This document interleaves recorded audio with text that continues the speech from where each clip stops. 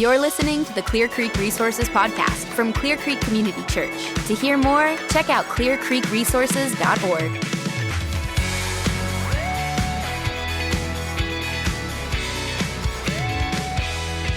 All right, welcome, Bruce and Susan, to the Clear Creek Resources podcast. Welcome back, rather. You guys have both been here pretty often, but never together, right? Right. I don't think. First time. I know, I'm really excited about it.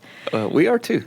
So we're in this sermon series right now called Table Talk, where faith meets food, and we're talking about reclaiming the table. And Bruce, you talked recently about reclaiming the table with discipleship, and specifically a lot of it with our families. How do you spend intentional time with your family for discipleship?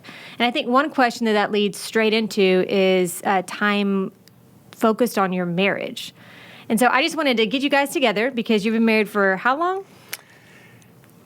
I know. 38, almost 39 years. I was going to say 39. I'm rushing us. Yeah. In January. Almost 39. Yeah, almost 39. Right. So you guys have wisdom to offer all of us, and I just want to sort of glean that from you. What does it look like to have a thriving marriage? How is it hard, and how do you guys work on it? But before we get into anything like that, let me just ask you, what was your first date like? What was your first date night? First date night. Well, first of all, you should know that when I asked Susan out, multiple times, No. she told me no. And she told me no. Because? Because what? You tell us. Well, it's because, and every woman will understand this, because my friend liked him. Oh, really? Yeah, you know that. That's Oh, just like that's a rule. hard. You can't do that. You know, you don't. I totally didn't get that. No. So my friend really liked him, and so I was trying to get them together, and so that would have been terrible to insert myself in that. But I have clearly got over that. So Well, what happened? Now we have to know. I know, really. So he just was persistent, and I gave in, so under pressure. And she was fine. She ended up marrying the love of her life, so it all ended well. I was young and ambitious. I was, I was just like, you got to be kidding me. I don't like her. I like you. I think you like me. So but- you knew. You knew the reason Yeah. why, and you're like, it doesn't matter. I kept saying, I'm not going to do that. She likes you. I'm not going to go out with you. And but anyway. And Susan was dating some other guy or she had gone out with some other guy that was on an opposing football team. We were playing intramural football at that time. But when you're in a small school, it's a big deal. It was a big deal. Yeah. And I said, I don't care. Yeah, he didn't have any trouble. No. That is awesome. You are confident. Oh, yeah. Well, yeah. Or you were just 20. Or There you go. It's 18, probably that. Yeah, 19. But anyway, it took a long time to get a first date, and we had both left town, and we're coming back into town for a first date. Well, actually, I chased her out of town. He did actually chase me out. So I wanted to see her, and she was going home and to Austin, and we were in Brownwood, which is heart of Texas. And so I said, "That's interesting. I'm going to Austin this weekend." And really did. I chased her down. He and in his Austin. group of friends, they were all very confident. And yeah. But that was not a date. Yeah. No. No, we had a date when we came back from a holiday, and it was at a park in Brownwood. Coggin Avenue Park. Yeah, I brought a candle and Burger King. Burger King and a blanket. One candle in Burger King? Well, that's a good date. It was actually. Put that candle in the dirt, and lit it, college and had us students, some Burger King, and yeah. And that was it? That was it. We courted mostly over Frisbee and hot chocolate. Yeah, we did, because we were broke. Yeah. Yeah. No The money. best times. It was. Yeah. It was Yeah. good. So. So what was your best date ever? Do you have one? The first thing that came to my mind of that was the Adele concert. Oh, really? Yeah. Oh, that He is took- fun. It was. That wasn't that long ago, so No. it took us a long time to get to a good date. Well, that was the most recent best Yeah. date. Yeah, so for me, it was I San love- Francisco, which is, it's not a date. I mean, it was a date. It was a trip away, which maybe we can talk about kind of how we had a rhythm of trying to do things like this. But it was the best of those trips away. It was. Partly because we rented a convertible and drove down Pacific Coast Highway 1 from San Francisco to Carmel. And so, yeah, it was one of those that we saved a long time for. But it was like, this was awesome. I think that was at 25 years, wasn't it? I don't know, dear. I can't remember. Yeah, but See, he that knew was good. 38 and you knew 25. Yeah, there you go. You're tied We're- so far. Yeah, that's right. Yeah. Okay, so why do you guys, because you guys have been married for a while, why is it important to have time away together? Why should we think about having intentionality with that, with our marriages, not just our family? Well, I think, and Bruce has always been really good at planning that. So I'm not a planner. He is, and he's always been really good at that. But I think well, first of all, it's your first relationship, and you should give time to that. And, being married after almost 39 years, we still are learning about one another. And so I think that is, because it's the priority of relationship, it is really something too. Your children benefit so much from your commitment to their, other parent. And I always tell mamas the best thing that you can do for their kids is to love their dad. So this isn't separate from what Bruce is talking about with discipling your family. It's connected. Yeah, I think it's all connected. Yeah. Yeah, and I think we don't know how to separate quality time and quantity time. We don't get to determine what's what. And so time together, life together, and it's, I think for us, I'm always learning something new, as Susan said. She used to say, "Don't bring me flowers," and that's changed. That's interesting. Yeah. Things change. Yes. And I get it now. We couldn't afford for me to bring her flowers, but I would want to bring her flowers. And we're at a different place in life. I've paid for all the colleges and all the weddings I'm ever going to pay for, and so if I wanted to bring her flowers, for I can do flowers. that. Yeah. And so that part of that though is this discovery of one another, So I mean, if our listeners are like just newly married, no kidding, 38 years in, almost 39 years in, we're still learning new things all the time, and it's still fun. I mean, the discovery part of all of that, and it's also true that people say you got to have time away from each other, just like you have to have time with one another. I think that's probably true. But they say it like you don't really know yourself unless you're away. And I don't know that that's true, because I think the best part of me is with her, right? So when I tell her, when she's in the room, I walk in the room, I'm the best part of myself. That's the best part of who I am. Wow. And it's really true, though. And I think that's 38, 39 years of marriage, bringing out the best of one another, and it takes time and a commitment to do that, through the years. How does that happen though? So this is just me thinking like, oh, I would love if in a few years Aaron says the best part of me is when you walk in the room. How is it that your time together? Why is it that your time together does that for you? What is it about y'all's relationship and time together that just changes who you are? Yeah. You want to start with that, or you? You go. Okay. I think that, first of all, our relationship hasn't been just always perfect in every way, and look, we live this crazy kind of charmed life. Yeah, thank you. That's a good way to say it. Because it's been, we've had seasons that were really challenging. But, one of the things that we have committed ourselves to is, there's a line you don't cross, and it's the respect line. You just don't cross that. You don't cross that line of showing each other disrespect in the way you talk to each other, the way you treat each other. And when you do, we have. It's rare, and when we have, it's like it's a big deal. Something just happened really bad in the world, right? And it needs repair. And so I think one of the benefits we enjoy, because we've said we're not going to cross that line, and if we did, we're going to make it right quickly, is now we have this measure of trust where we can emerge, right? Yeah, I mean your ideas about who you are, who you want to be, you can test them, and the person you feel most safe with, most loved by, you can test being this version of yourself, and therefore you become the best version of yourself.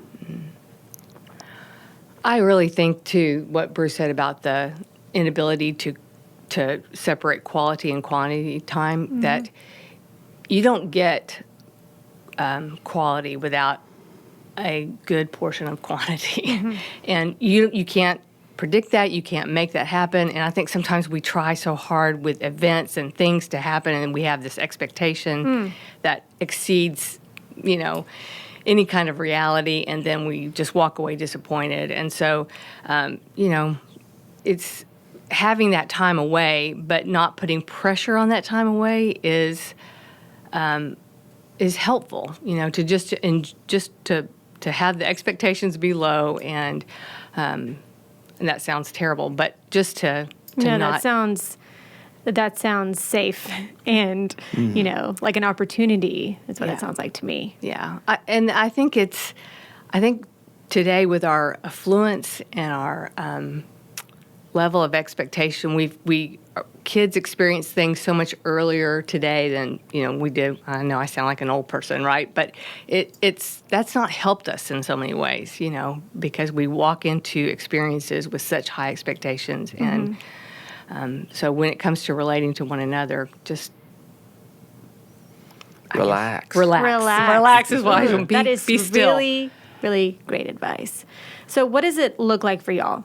So, sometimes when we think about time with our spouse, especially, with little kids, or I don't know, even with older people, I'm not sure. Actually, I'm not there yet. But we think about date night. Yeah. We have to plan a time, we have to go to dinner, and that's our time together. So what is it like for y'all? Because you're talking about time away. What is it? Yeah. You want to describe that now, and then I'll take them through the seasons. Yeah. Well, I mean, now we have a commitment to walk together every day, and we do it pretty much every day. And it's about a 45-minute walk. Sometimes we're silent, sometimes we're praying, sometimes we're talking, but it is a place of connection. And I've read something that psychologically walking and talking there is a connection that happens in doing that. That is, wow. yeah, I don't know. But I just think it has been really good for us. And so that is one of the rhythms of our life today. So we don't need date night so much because, we're together a lot. But we still have to make time to connect. And that's been a good rhythm for us. Yeah, and I say there are seasons because if you think about it, in the earliest stages of your marriage, you have a lot of date nights, right? Almost every night's have to. date night. Oh, yeah. And then you have kids. Yeah. And then when you have kids, you have to really work at having a date night kind of experience. And so we did, as our kids were younger, we would do things that were more date night, sometimes go with friends, sometimes just go by ourselves. But what we learned as our kids grew older is that, if you can feel it, right? The time is slipping away. And so we would tend to want to seize that time. Like my day off's on Friday, and she could be available on Friday. And so we would do like a Friday lunch because, we weren't having to try to provide for kids or worry about what they're doing. They're off at school, and so we could do something that was on Friday when that time was available. And my point in that is different season of life. We try to seize that moment, at that time. And then, of course, our kids are out of the house, and now we live in this world where we can walk. But the point is connection, right? It's real conversation. It's feeling understood. It's looking at life's plans and it's solving all the world's problems. Solving the world's problems. They've just listened to us. And it's really helping each other solve our own, each other's problems.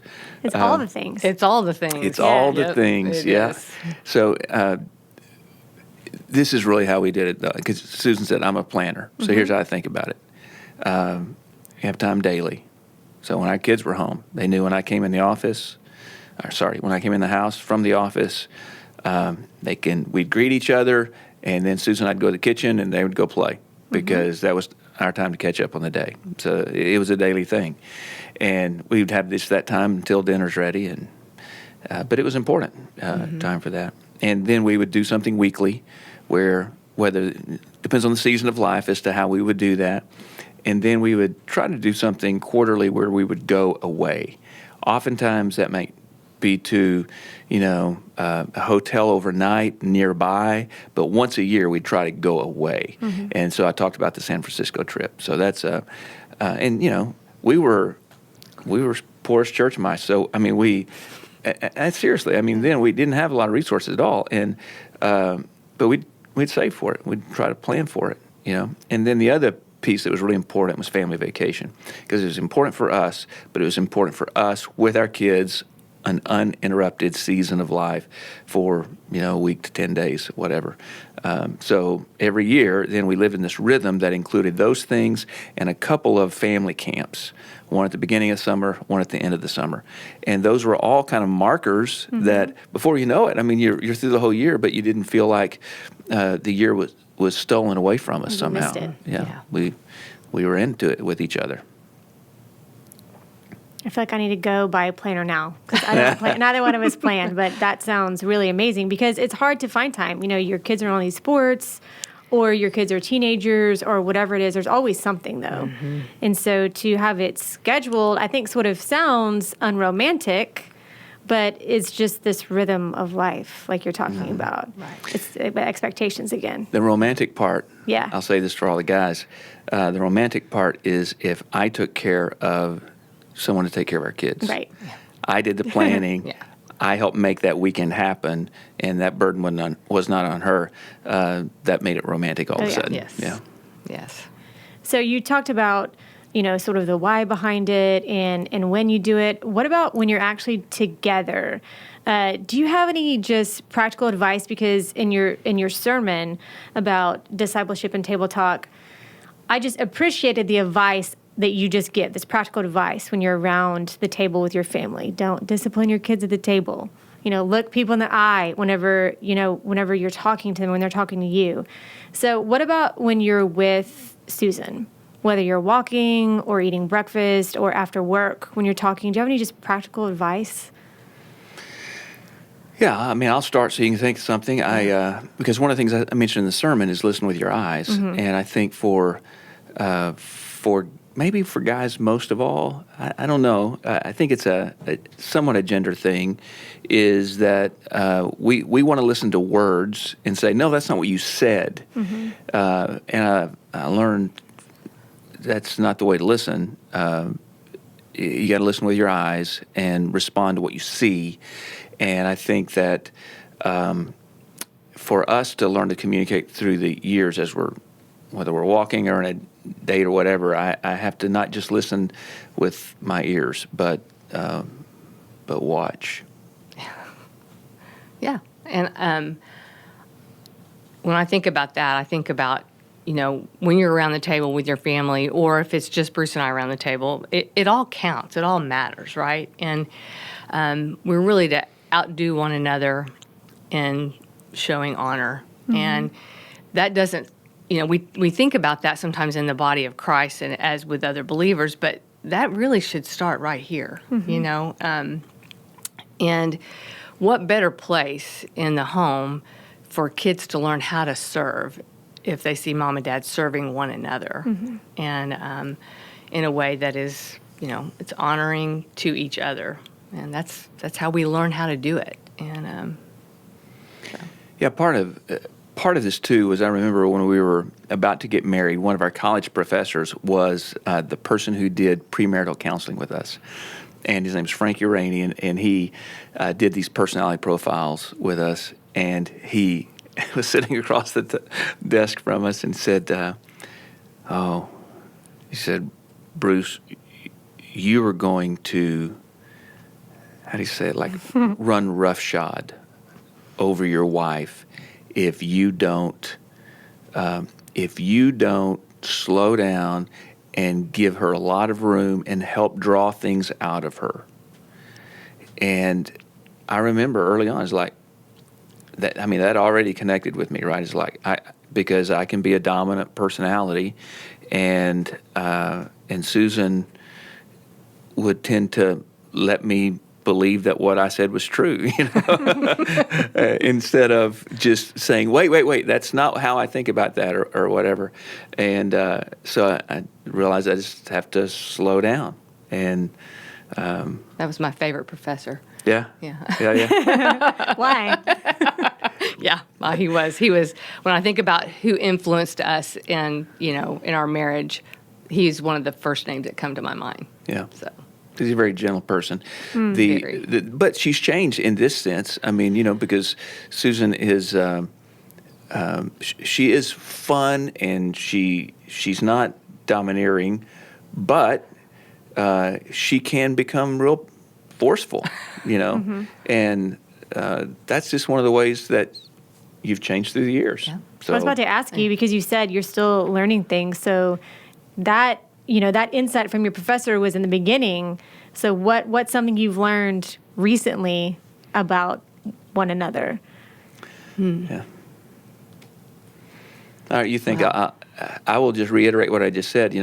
We probably within the last few years just started talking about the Enneagram, and Susan's Enneagram 9, which is a peaceful person, but she has a wing 8, which is a powerful person. And so when she feels deep conviction about something, her 8 emerges quickly.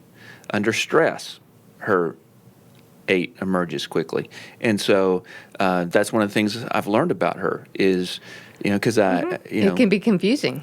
well, it can, Yeah. because, you're always wanting everything to be calm and peaceful, and then all of a sudden you're not very calm right now. I don't know what you're talking about. No one believes you. Yeah, that is the response. People are like, it's like, oh yeah, that's true. That happens.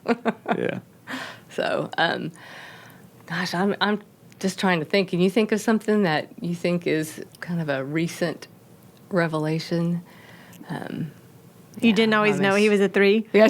Oh yeah, no, that's always been evident. Yeah.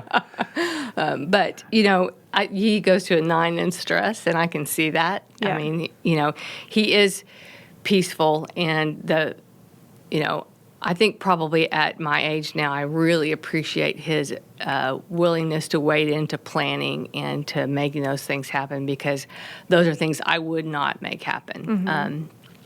I'm not going to do things that are hard sometimes, and he will push through those hard things, and I'm grateful for that. So has being in relationship and learning about each other and spending time together, does that get easier the longer you're married? Because I think sometimes we think, like, oh, well, one day we'll have time to go on walks, or, one day we won't be distracted by our jobs or whatever it is, and we'll be able to focus on each other. Is that what it looks like? Yeah, I think it depends. It depends on whether or not, I'll say it this way, whether or not you're reconciled people or if you're unreconciled people. Mm-hmm. Because I think if people are married and they're unreconciled, they have issues that they haven't dealt with one another. The way I say this with couples sometimes is, if you're unreconciled, it's as if you have a wall of static between you, and the conversation that you have, it goes through that wall of static, and it becomes garbled on the other side. And so people your spouse can't really fully understand what you're saying because you have some unreconciled issues in your relationship. I think if you live reconciled, that doesn't mean perfect. Mm-hmm. That means, though, that when you have a problem, you address the problem. You tell the truth to each other, and you try to show grace. Try not to, be disrespectful. Try to give each other room to fail and still feel loved. That kind of thing. That's what I mean by living reconciled. Mm-hmm. Then it gets easier, because every time you think about it, every one of those wins builds up this bank of trust that we can survive whatever you have to come up with, and so it gets easier. It does. But I do think that there are these seasons that you go through, like, if you have children, when your children leave the home, mm-hmm. and then when they get married and they, when you have grandkids. I mean, there's all of these things that are happening in your life as an adult, as an older adult, that the very issue of aging together is sometimes challenging. And people don't really talk about that very much, but it's something that, when we were on sabbatical, we met with a counselor, and that was one of the things he said, is that you need to focus on each other because you're going to be taking care of one another. And I thought, man, that's just something that no one's ever said to me before. And it's but it's so true. And it's like, this is why you don't give up trying and working and learning and growing in your marriage relationship. You don't ever get to a place of like, well, we got this. Yeah. Yeah. So easier in some ways, but not easy. Right. Ever. Well, I like the fact that, she talked about our kids get married, we have grandkids. So all of these things, when you go through them, it's like, I've never been through this before, right? And so it is new. It's new to me, and definitely it's new for her experiencing me as the father of adult children, as the grandfather, And so it's something new and fresh that we're doing together as we're learning about ourselves and one another. So in that sense, it's easy to keep things fresh if you're going to do it together. I think what may become stale and it's whatever unfresh is.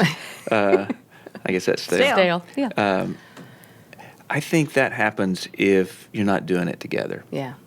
Yeah, you're kind of operating. And it would be easy to let her be Nana and Pops not get involved very much because she's such a great Nana, and everybody loves a Nana, right? So grandkids are the best. they are great. But I mean, Susan's really relational. I'm really task oriented, and so I see that takes some effort to stay engaged at that point. Well, I remember you talking one time. I don't even remember when it was, but you were at a conference and it was with pastors, and they asked everybody to put on the wall. I don't know how to fix this story for me about how is your marriage doing. And everybody had to, I think, put a sticky note on the wall or something like that.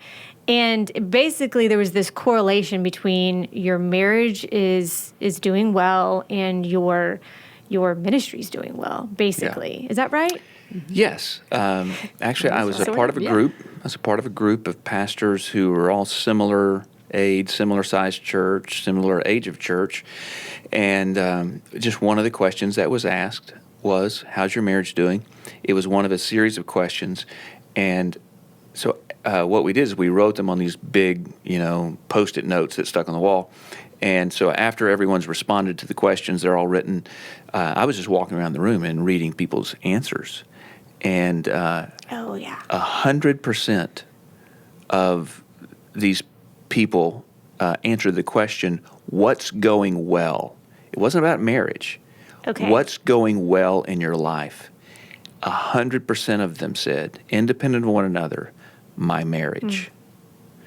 And it was striking to me that these are all pastors who are leading healthy, thriving churches, and the thing that was thriving in their life was their marriage. See, I think that is amazing because in this sermon series, we're talking about table talk and intentional, time with people around the table with fellowship and with discipleship. And we're going to talk about evangelism, all these sort of facets of our faith. And so my question is that why it seems like marriage affects us in all these different ways. Why is that? Or how do you see that play out? I mean, do you have an answer for that? Well, I do think that if you read your Bible from the front to the back, right, the very first thing we see is this marriage between the first man and the first woman. And God's in the midst of that. And when God's not in the midst of that, that's chapter 2 of Genesis. By chapter 3, sin's entered the picture. There's this division. And what we see is when God created this relationship, the whole purpose was you could be completely known and unconditionally accepted. But immediately when sin entered the picture, now people are hiding themselves from one another. They're blaming each other. If you read Genesis 3, and it says, they hid from the Lord. They also sewed fig leaves and, hid from one another physically.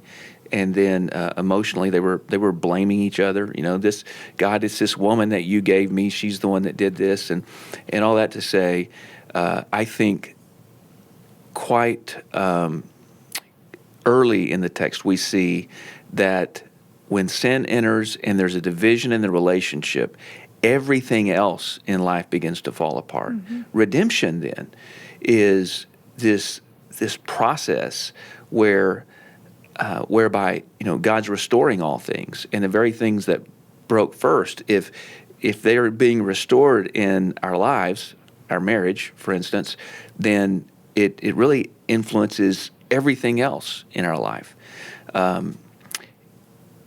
It's kind of like, I did a talk one time on making disciples, and I remember I used marriage as an illustration. I say, you get this right, and everything else can come together. But if you get this wrong, nothing else really matters. Because especially if you're talking about people who are doing ministry, it's like, if my marriage is wrong, if my marriage is out of whack, if my marriage falls apart, then my work as a pastor is probably coming to an end. Mm-hmm. That's not 100% true, but it's quite often true. Mm-hmm. What about you, Susan? Because y'all talked in the beginning about how, you said like our spouses can make us just the best version of ourselves. What's just one way that just being with Bruce has shaped who you are, has changed you or affected your faith or? Yeah, tell me.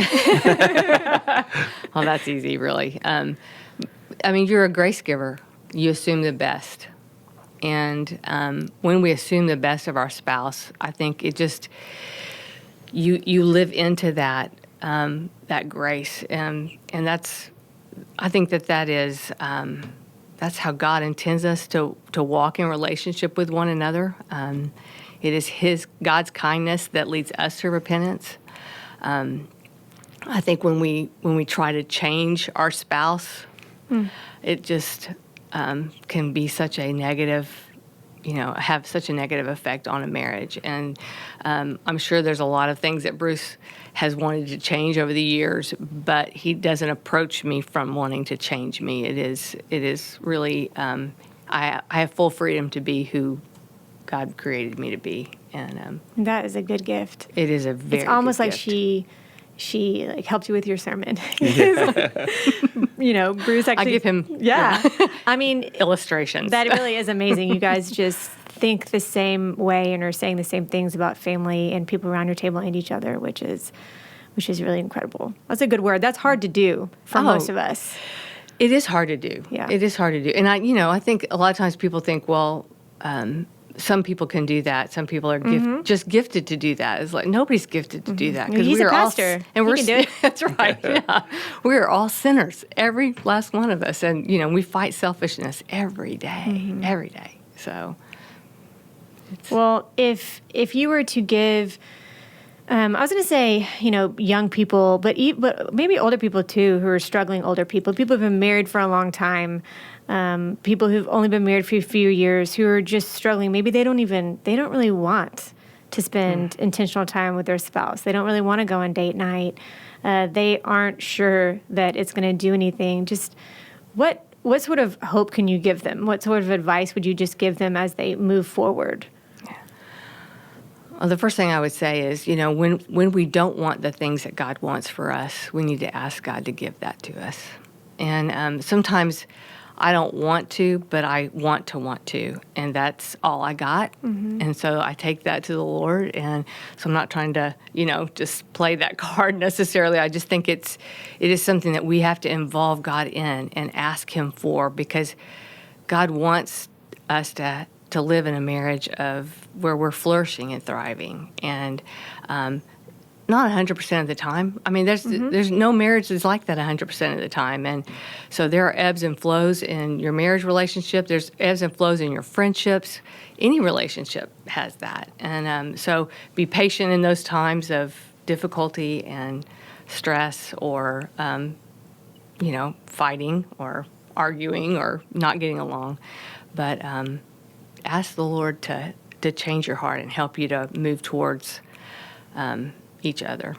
I think that's really helpful because I think when we think about time with our spouse and marriage and date night or whatever it is, we do think in terms of romance and flowers, and we don't really think about involving God in that.